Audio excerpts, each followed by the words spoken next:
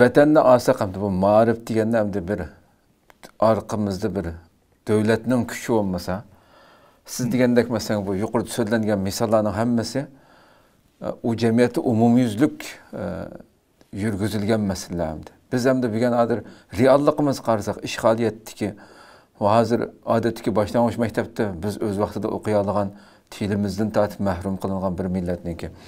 Yuqorida so'zlangan bu narsalarni tatbiqlash, uni bir ijro qilish masalasi vatanda mumkin emas. Muhojiratdagi hayotdagi ahvolimiz bu. Yani bu sizce mesela qanday mumkin bo'lsin yani? Uning kendi sirtkilarning hammasi yuqori degandek ashu g'arbningki ma'rifida tarbiyalanyotdi, mayli nada yashagan bo'lsa, Turkiyadan tortib Yevropadagi hammasi.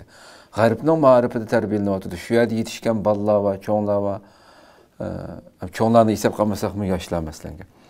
Sizce u ta'sirga uchrab o'zining millati uchun bir ish qildigan, o'ylandigan insanlarımız, yoshlarimiz qanchalik nisbatda yani. Bu so'zlab qo'ygan qilib masalan buni ijro qilish maydoni qanchalik bizda masalan. Bu savolni haqiqatan bizningki masalamizdan qanchalik ig'irligini tushuntirib berdi. Masalan, meningmi hozir 3 farzandim bor. Ular yapon tug'ildi. Yaponcha so'zlaydi, uyg'urcha ham so'zlaydi. Uyg'urcha so'zlashi Yaponcha qaragan vaqt nisbiy ojiz. Ammo milliy kuchlik.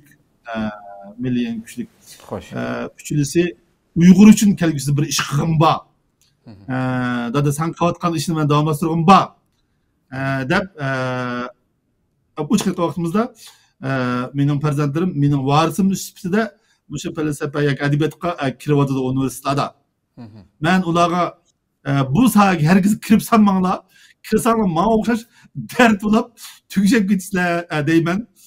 Ama bu balla bu bir yaşagan bo'lgandan keyin buning ma'nosini tushundigan va shu yo'lga qarab mangdi degan. Endi savolni asliga qaytsak, bizningki diasporadagi nupusimizning soni mayli qanchalik jiq bo'lsin, oz bo'lsin, bu muhim emas. Eng muhimi her bir ailede kelgüsüdeki Uygur devletini kurduğun yani perzent terbiye edilen bir süpetlik bir aile muhiti yani aile marifi bunu çokum her birimiz yapışımız gerek. Bu başkalarının işi emez, bu özümüzün işi. Eğer her bir ailedeki Uygur bu işe hakiki manada estadil muamele kılmışsa devletini kuruş undaq asan mümkün bo'lgan ish emas. Ustozimiz degandek eng cho'ng ish, ya'ni inson o'g'li qiladigan eng cho'ng ish davlat qurish. Ammo bu davlat qurish shu millatningki haqiqiy ma'nodagi ziyolilari, sarxillari, qahramonlari bu haqiqiy ma'noda birlashib tashkillik holda uzoq mezgil davomlashganda andin bo'lgan ish. Bu herkesmi kısık mezgillik iş emas. Şuna biz ailedeki ma'rifni, yani aile ma'rifini chet eldeki Uygurlar bunu çoğun tutuşumuz gerek. Yani aile ma'rifimiz cezmen Uygur birlik ma'rifi, devlet kuruş ma'rifi qarab yüzleniş gerek. Her bir devlette çokum bunu kılışka imkan var menimce. Biz çokum bu imkanı paylaşmamız gerek. Özümüzün tarihimizni, özümüzdeki edebiyatımızı, özümüzün medeniyetimizi, özümüzün milletimizin felsefesini bu ballarımızı ügütüp ve bu Uygur'unki kelgüsünde cezmen devlet kurduğanlığını ve kuruşması bulmayacağını bu vazifenin atanlar bilen bille ballarının mı hem nevrlerinin mi hem bir vazifesi geldiğini çokum bunu his kıldırış, bunu hakikaten icra kılış gerek. Hoş. Bu her birimizin nurgun vakit çıkarışını bedel de özdelap koydu. Nurgun vakit çıkarış gerek. Nurgun meblağını seyiş gerek. Biz Japonya'daki Uygurlar menimce bu cihette nait yakıştan kuvvetap oylayman. Benim etrafımdaki Uygurlar umumen perzentlerini Uygur tili mektebdeyimiz. Belki mükemmel mektep bulmasın mı? Bizim Uygur ana til öğütüdüğün sistemimiz var. Bir yerde biz ballarımızga Uygur tilini öğütüvatımız, men ötüvatmayman, şu okutusa ötüvatıdı. Bula nahayet roman Uyg'ur so'zlaydigan bo'ldi. Nahayet yaxshi Uyg'urcha yozadigan bo'ldi. Bu yapon tug'ilgan bolalarmi Uyg'urcha nahayet roman so'zlaydigan odat kelyapti. Bu Yaponiyalik Uyg'urlarninki bu aile ma'rifiga nahayet cho'ng kuchganlik natijasi.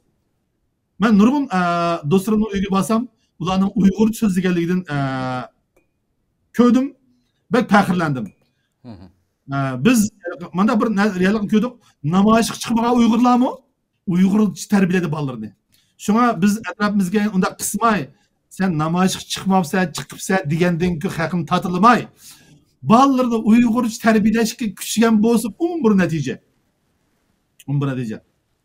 Biz bundan keyin cho'qim qiladigan ishimizni, ya'ni oila ma'rif shaklda, jamiyat ma'rif shaklda cho'qim Uyg'urning grajanlik ma'rifini, davlat qurdigan, bir qahramon yetishtiradigan, bir ziyoli yetishtiradigan bir ma'rifini oila ma'rif shaklda olib berishimiz kerak. Bu ma'rifni Yahudilar qiladi. 3000 yil sarson yurib, eng oxirida Yahudilar İsrailiyani quradi. Burun men bir yer deganligim esimda, bu Pascal'ninki Pansi degan bir kitobi bor. Pascal'ni siz bilasiz, bu fizikning bir odim fizik olimi Pascal. Bunun Pansi degan kitobda bir so'z bor-ku. Yahudilar Xudoni tashlab etgan. Shunga Xudoni Yahudidan tashlab etgan dedi. Uyg'urlar cho'qim tashlamaslik kerak. Ya'ni o'zining e'tiqodini, o'zining eng yuksak qimmatlarini tashlamaslik kerak. Agar bizning eng yuksak qimmatlarimizni tashlab etsak, u chaqda u qimmatlarni bizni tashlab etadi. U chaqda bizning haqda nima farqimiz? Bu intan ig'ir masala. Asas bizning bo'lish kerak demak yani. Her ishning asosi o'zimizning qimmat qarashi, dinimiz bo'lish kerak. Onun ustiga boshqalardan foydalanadigan yerdan foydalanishimiz kerak demoqchisiz yani. To'g'ri. To'g'ri. Chunki ol asas bizning o'zimizningki milliy kimligimiz, o'zligimiz, davlatchilik ingimiz, millat qarashimiz, milliy ingimiz bu markaz bo'lish kerak.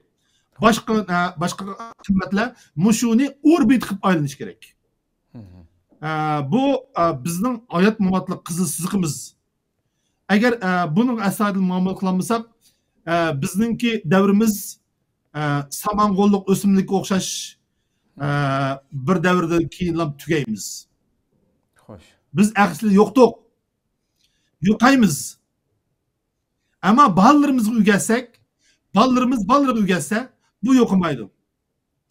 Men bilan davrdash keldigan mushu bolalarimiz hozir 50 yoshga kirib qoldik. Hayotimiz bo'yicha bir ishg'olda turishib keldik. Ammo cho'ng ish qilolmadik. Azobimiz cho'nqur. Kriz tuyg'ularimiz cho'nqur. Ammo shuni deyaymizki, buni cho'qim bolalarimiz davomli surish kerak. Butun Uyg'urlar jamoat shaklida timi cho'ng siyosiy kuch shaklida yoki biz ma'rif kuch shaklida uyushish kerak, taraqqiy qilish kerak. Biz yakka Uyg'ur tugab ketamiz. Ammo birlashsak, ya'ni Yaponiyalik Uyg'urlar har qaysi rayonlarda birlashish kerak. Ana til maktablari bor. Bular bolalarga Uyg'ur tarixini o'rgatadi. Uyg'ur tilini o'rgatadi. Uyg'ur ma'rif bo'yicha tarbiyalayotadi. Mayli uning unimining qanchalik yuqori to'g'ri bo'lsa qat'iy nazar, Yaponiyalik Uyg'urlar bu jihatda bir Sharq Osiyo bu. Chiroyi a'lo o'qishib qoladi. Biz bu yerda assimilyatsiya bo'lib kelsak bo'lmaydi. Xo'sh, xo'sh. Shunga cho'qim biz qattiq turishimiz kerak. Buning uchun yaxshi imkoniyat Turkiyada cho'qim bor. O'xshashlar Yevropa va Amerikadan bo'lishi kerak. Biz yo'qni sabab qilmay, borni sabab qilaylik. Ya'ni bor imkoniyatlarimizni foydalanib, cho'qim maqsadimizni, eng yuksak qimmatlarimizni ishga oshirishimiz kerak. Bu haqda Nietzschening bir so'zi bor. Eng yuksak qimmatlarning ulushi deydi. Ya'ni 1900-yillarda biz kafirga chiqirdigan, dahriga chiqirdigan bu Nietzsche bizningki munosabatimizda yaratquchini o'ldi degan bir gapni ishlatgan bu odamchu. Amaliyotda u gap Uyg'urlarga to'g'ri kirmagan. Ya'ni Nietzsche'ninki kitobi Uyg'urga to'g'ri kirmaganda, bu demakchi bo'g'ini aslida millatning eng yuksak qimmati, Yevropaning eng markaziy qimmatlari allaqachon tugashdi. Biz cho'qim yangi bir qimmat o'lchami topmasak bo'lmadi deganni shu shaklda ifodalaganda buni endi bu din ma'nosida ateist ma'nosida tushuntirgan bir qism odamlar amaliyotda bu Nietzsche'ninki demakchi bo'lgan hargiz ateistik ma'noda xudosizlik ma'nosida gap emas. Men bu yerda bir narsani demoqchi g'arb falsafasi Uyg'urlarga to'g'ri kirmagan. Bizning Uyg'urcha tushuntirilgan iliq maqollarninki nurg'unlarning mazmunlari o'chqib qoldi xato. Asli o'qisak germanchasi undaq emas ekan. Grekchasi o'qisak undaq emas ekan. Bizning Uyg'urcha qilingan falsafa asarlar tarjimalar butunlay Xitoycha qilingan tarjima bo'lib, ash Xitoylarning tarjimasini tarjima qilib, buning ma'nosi o'zgarib g'alatilan bir nusxasi Uyg'ur tilida zohir bo'ldi degan ma'no chiqdi. Shunga bizning odamlarimiz g'arb ma'rifi, ya'ni masalan bu Yaponiya ma'rifi, g'arb ma'rifi Tokyo Üniversitesi'ne kirsanız, yoki Harvard Üniversitesi'ne kirsanız, yoki mesela Yaponiya Kyushu Üniversitesi'ne kirsanız, bular shu universitetdan magistr doktorlarga kerakli o'tadi, kerakli. Platon, Aristotelni grekcha o'qiy olishing shart. German faylosoflarni germancha o'qiy olishing shart. Fransuz faylosoflarni fransuzcha o'qiy olishing shart. Bu bir qancha tilni bilishing bu bir to'liq normal bir ish edi shu. Shunga bu Yaponiya tarjima asaridan ko'ra asl asar o'qiydiganlarning soni böyle ziyanlarısı pek cıp bile Japonlar. Yani Japonya dünya boyunca menimce felsefeler en çok yani devlet yani felsefe cihetten daha çok devlet. San cihetten mi köp, süper cihetten mi daha yukarı. Bu yani şunu iş gerek ki Japonlar en çok menbesipti de 100 yıldan artık belki 150 yıl vakit sarf kılıp Germaniya'dan kattık ügengen. Yani hazırki Tokyo Üniversitesi'nin ya Kyoto Üniversitesi'ndeki okutuşçular umumen nerede okuganlar deyseniz German'da okuganlar. 99% German'ın okuvchilar bular. Şuna German felsefesininki Yapon felsefesiga, German davlatchiligining Yapon davlatchiligiga, German'daki millatchilik faylosoflarininki Yapon millatchilik felsefe, yani Nishida Kitaro deymiz, Mikki deymiz, Watsuji Tetsuro deymiz. Bu faylosoflar ko'rsatgan ta'siri mislsiz cho'ng. Yani Yaponiya bilan Germaniya felsefe jihatdan naydi cho'ng yani bir xo'sh. sistem jihatdan vaqtimizda ta'sir munosabatiga ega. Bularning munosabati hali ham bek qo'yuq. Bek qo'yuq. Ya'ni bular Germanning har bir narsasini shu qadar voyaga yetkazib ügüdügülük, tadbiqlilik. Shunga hozir bizning ansirash Xitoy tajovuz qilib qolamo deb. Ansiraymiz-yu, ansirmaymiz. Ansiraymiz deganimizda urushib qolsa albatta o'lish bo'lib turadi. Ammo bu urush cho'qim Xitoyni talturks vayron qiladi. Yaponga chaqchaq qilgan Xitoy naytiz vayron bo'ladi. Chunki bularningki insoniy sifat jihatdagi cho'nqurliklari biz Uyg'urlar o'ylaydigan cho'nqurliklarga vaqtda ko'p cho'nqur deb bilaman. Bularning ommaviy ma'rifati kuchlik, oilaviy ma'rifat kuchlik, universitet ma'rifati kuchlik. Bular vayron bo'lgan davlatini 10 yil ichida qayta qura olganlar bular. Yani atom bombasi bilan vayron qilib o'tilgan bir davlat bu. Ammo 10 yil ichida, 15 yil ichida qayta qurib olimpik o'tkazib o'tdi.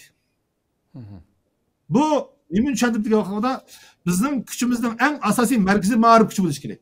Yandaymiz bizning bugungi temamizning markaziy ma'rif. Har birimiz o'zimizni yuksak ma'rif bilan qurollantirishimiz kerak.